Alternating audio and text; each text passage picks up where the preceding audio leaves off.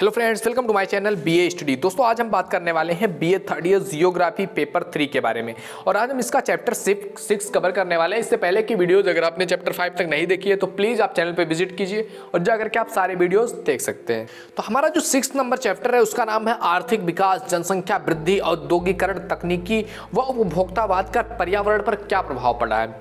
जो हमारा आर्थिक विकास हो रहा है, जनसंख्या में वृद्धि हो रही है, औद्योगिकरण हो रहा है, तकनीकी आगे बढ़ रही है, उपभोक्तावाद जो बढ़ रहा है, इसका हमारे पर्यावरण पर क्या प्रभाव पड़ेगा, क्या इंपैक्ट पड़ेगा, आज हम इस चैप्टर में यही जानने वाले हैं। तो आर्थिक विकास और गहराते संकट के मध्य तालमेल विश्व के स्थानीय, राष्ट्रीय, अंतर्राष्ट्रीय सभी स्तरों पर चर्चा और चिंता का विषय बन गया है, जिस आधार पर पर्यावरण और विकास में जो है एक दूसरे के साथ तालमेल नहीं बैठ रहा है, तो उस आधार पर बहुत सारी चिंता का विषय ये बन चुका है। प्रगति एवं प्रदूषण हर गोष्ठी में प्रचलित मुहावरे बन गए हैं। विश्व के जितने भी विकसित औद्योगिक देशों में द्वितीय महायुद्ध के पश्चात भौतिक जीवन स्तर में उच्च तरह से बहुत तेजी से वृद्धि हुआ है। प्रति व्यक्ति जो उच्च आय है वो $20,000 हो चुका है। भौतिक विलासिता में विविध साधनों की सुलभता के साथ साथ इन देशों में जैसे कि आप संयुक्त राज्य अमेरिका ले सकते हैं, कनाडा, यूरोपीय जितने देश हैं, समुदाय जितने हैं, यूरोपीय समुदाय, ऑस्ट्रेलिया हो गया, जापान हो गया, इनमें जो है इतना ज़्यादा औद्योगिकरण हो गया है, इतना ज़्यादा नगरीकरण, जनसंख्या वृद्धि है और तकनीकी का इतना ज़्यादा यूज किया जाने लगा है, जिसके प्रादुर्भाव की वजह से अगर यहाँ पर देखा जाए तो यहाँ पर जो वर्षा होती है वो तेजाबी वर्षा होने लगी है। धीरे धीरे इससे बहुत ज़्यादा इम्पैक्ट पड़ रहा है। जो बारिश होती है वो भी तेजाब की तरह से, जिस तरह से रासायनिक केमिकल्स बना करके आप तेजाब H2SO4 बनाते हैं ना, उस तरह से वर्षा होता है। इसका जो खतरा है इसमें क्या होता है कि शुद्ध वायु भी नहीं मिल पाती है, आपको शुद्ध वायु का जो है कमी हो जाती है, आपको कैंसर जैसी बड़ी भयानक बीमारियां भी आपको सामने देखने को मिलती हैं। संक्षेप में अगर कहा जाए तो भौतिक सुख सुविधाओं के जो साधन हैं वो सुविधाएं तो प्रचुर मात्रा में बढ़ती जा रही हैं, परंतु जो स्वच्छ, स्फूर्तिदायक, जो अच्छी हवाएं हैं, जो अच्छा वातावरण है, शुद्ध वातावरण है जहाँ पर अच्छे से जीवन जी सकते हैं, वो वातावरण धीरे धीरे खत्म होता जा रहा है।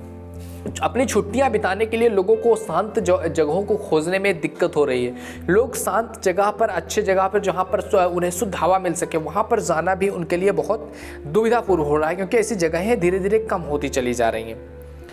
तो पर्यावरण पर इसका क्या प्रभाव पड़ रहा है। जो औद्योगिकरण धीरे धीरे बढ़ता चला जा रहा है, इस औद्योगिकरण का, इस आर्थिक विकास का, इससे पर्यावरण पर क्या प्रभाव पड़ रहा है, तो आइए हम कुछ देखते हैं। पहला तो हमने बात कर लिया है अम्लीय वर्षा का, कि अम्लीय वर्षा हो रही है क्योंकि रासायनिक औद्योगिकरण इतना तेजी से बढ़ रहा है, जिससे वायु में तमाम प्रकार के रासायनिक चीज़ें जा रही हैं और वर्षा के दौरान वही चीज़ें पानी के साथ रिएक्शन करके, जल के साथ रिएक्शन करके अम्ल वर्षा का रूप ले रही हैं।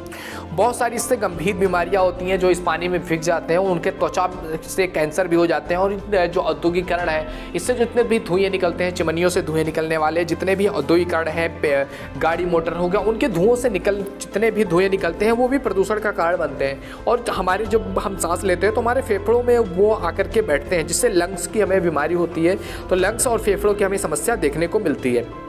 तीसरी चीज़ कि शुद्ध हवा का अभाव होता जा रहा है, क्योंकि चारों तरफ औद्योगिकरण की बात हो रही है, हर तरफ विकास की बात हो रही है, चाहे वो विकास किसी भी कीमत पर किया जा रहा हो। तो इस तरह से जो है शुद्ध वायु का हर जगह अभाव हो रहा है। जैसा कि मैंने आपको बताया पहले भी कि लोगों को अपनी छुट्टियां बिताने के लिए भी ऐसे जगहों को ढूंढना पड़ता है कि कहीं ऐसी जगह मिल जाए जहाँ पर हम शांति से अच्छे से रह सकें। जल प्रदूषण बढ़ते चला जा रहा है। जितने भी औद्योगिकरण है, जितने भी कारखाने हैं, उनसे निकलने वाले जितने भी प्रदूषण है उनको डायरेक्ट नलियों के द्वारा नदियों में डायरेक्ट फेंक दिया जाता है, जिस वजह से जहाँ पर भी आप देखेंगे जैसे कानपुर हो गया, उसके पास जो नदियाँ हैं, उस नदी में जब पानी में आकर के मिलता है तो उससे आसपास का 10 किलोमीटर का जो क्षेत्र है कानपुर का, वहाँ पर मछलियाँ मर गई हैं, वहाँ पर पानी पीने के योग्य बिल्कुल नहीं रहा है। तो इतना बड़ा इम्पैक्ट हो रहा है, जल प्रदूषण बड़ी तेज़ी से बढ़ रहा है। अगर हम बात करें 1950 और 59 के मध्य में जापान में जो मिनीमात्रा खाड़ी है वहाँ पर एक हादसा हुआ था मिनीमात्रा खाड़ी में, जिसमें क्या हुआ था कि एक रासायनिक कारखाने से निकलने वाले दूषित जल से धुले पारे के कारण जो मछुआरे थे उनकी बस्तियों में एक विचित्र बीमारी का प्रकोप हुआ, जिसके कारण लोग अपंग पैदा होने लगे। डॉक्टरों को इनका पता ही नहीं लग पाया कि ये क्यों हो रहा है। 1959 ईस्वी में यह पता चला कि इस रोग का जो कारण है, इसका जो स्रोत है वो कारखानों से जो पानी छोड़ा जा रहा है वही जो है पानी वही जानलेवा है। मछलियों के माध्यम से ये मछुआरों में आ रहा है, जिसकी वजह से ये इनके शरीर पर इम्पैक्ट उखाड़ रहा है, जिससे 43 लोग मरे और बहुत सारे लोग अपंग हुए। बच्चे भी अपंग और विकृत शरीर अथवा मानसिक रूप से बहुत कमजोर होकर के वहां पर जो अभी भी पैदा हो रहे हैं वो इस तरह से हो रहा है।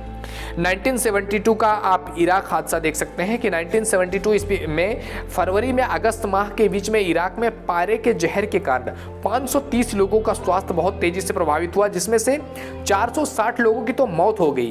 कारण था कि गेहूं के बीज का मेथेन यानी कि जो पारा युक्त जहरीली दवा है उससे धोया जाना। अगर हम और हादसे की बात करें तो 2 से 3 दिसंबर के बीच 1984 में जो इंडिया के भोपाल में हुआ था, कीटनाशक दवा बनाने वाली एक कारखाने से जब मिथाइल आइसोसाइनाइड गैस ये जो इसका रिसाव हुआ तो कम से कम 2500 लोग तत्काल मरे थे, अनेक लोग घायल हो गए थे, हजारों लोग अंधे हो गए थे तथा बहुत सारे लोग पागल भी हो गए थे। कारखानों से निकलने वाला 40 टन जहरीले रसायन से लाखों लोगों के फेफड़े, मस्तिष्क, गुर्दा, मांसपेशियां, उनकी प्रजनन क्षमता, उनकी प्रतिरोधी तंत्र अस्थायी रूप से जो है को प्रभावित हो गए थे। वे अभी भी अगर वहाँ पर देखें तो वे विभिन्न बीमारियों से परेशान मारे फिर रहे हैं। तो ये बहुत सारा इंपॉर्टेंट चीज़ें हैं जिससे बहुत सारा प्रभाव पृथ्वी पर पड़ रहा है, जलवायु पर पड़ रहा है, आसपास के लोगों पर पड़ रहा है।